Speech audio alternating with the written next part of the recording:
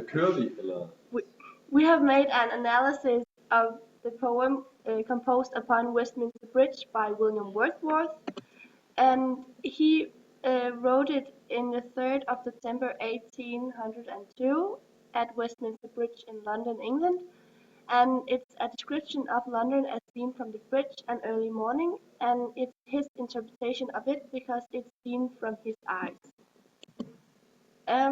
The structure of the poem is one stanza with 14 lines, and it has an odd rhyme structure in the beginning, and then it gets more regular in the end with a rhyme scheme that sounds A, B, A, B.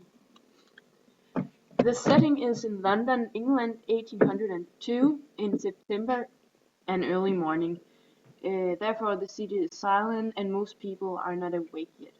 The sun is still rising and the river is floating by. There is an I in the poem, which must be William himself, because the poem is composed when he stopped upon Westminster Bridge that early morning. And the poem is his experience of London city. He is obsessed with the nature, and therefore he focuses on the positive aspects of the city life and the nature around the city. He is in a state of ecstasy. Therefore, the tone are also very positive, and he uses a lot of positive words as beautifully, fair, splendor, and glittering. But there's also a very slow tone, as for example, calm, asleep, and dull. The effect of the positive words and the slow tone is that the atmosphere in the poem is very spiritually sensuous, idyllic, harmony, peaceful, and romantic.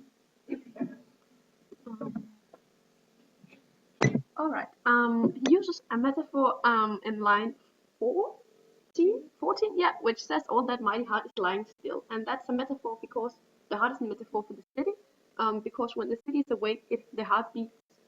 And when when the people in the city are asleep, the heart is lying still, like in this early morning. And also he uses a simile, which says the city now doth like a garment wear the beauty of the morning, and that's line 4. And the beauty of the morning is, so to say, the clothes of the city, and without this beauty and nature, the city is naked and it's not worth anything anymore. Yes. William uses a metaphor, an anaphor in line 11, which says, "Never saw, I never felt," which underlines that it's his point of view. He also uses a personification at line 9, where he writes, "Never did the sun more beautifully steep," and it brings life qualities into nature. And he has a very clear semantic scheme, where he put a contrast between nature and the big city life.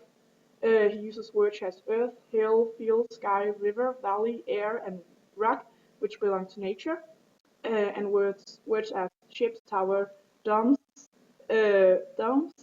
theaters, temples, houses, which belong to the big city life.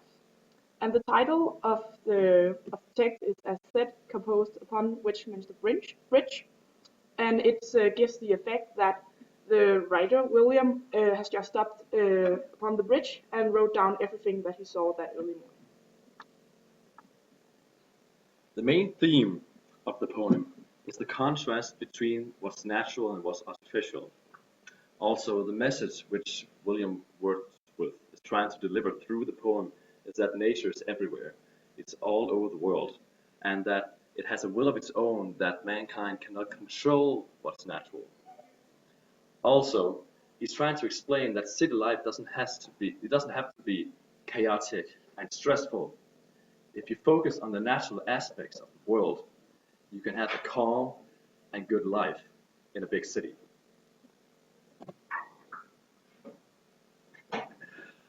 Okay. William Wordsworth has a very profound love for nature, and that's clearly shown in the poem, as he's very positive in his descriptions of what's natural.